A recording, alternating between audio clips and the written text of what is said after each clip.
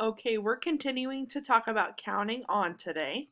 So counting on is whenever we say the number and then we count on how many more we're adding. Okay, so we're going to do it today with pennies. Okay, so we have 8 cents right here because a penny is worth 1 cent, right? We have 8 cents right here and we're going to count on 3 more. So we're going to say 9, 10, 11.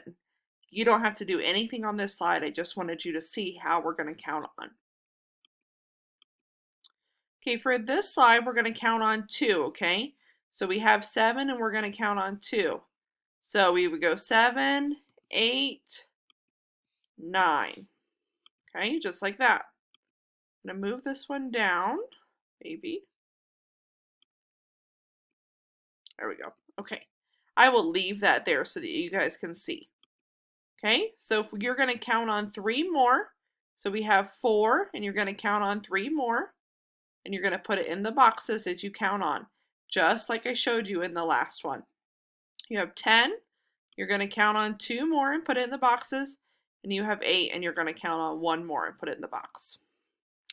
Here is our story problems. For our story problems, I'm going to read them, and you're going to practice counting on, and then you're going to put your answer in the box right here and here.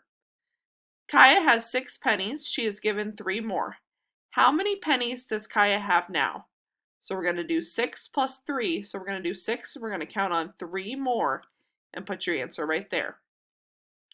Enrique has 9 pennies in his left pocket, and has 2 more pennies in his right pocket. So 9 plus 2, how many pennies does he have in all?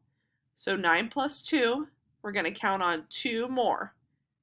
And we're going to put our answer right there. That is it for your math lesson.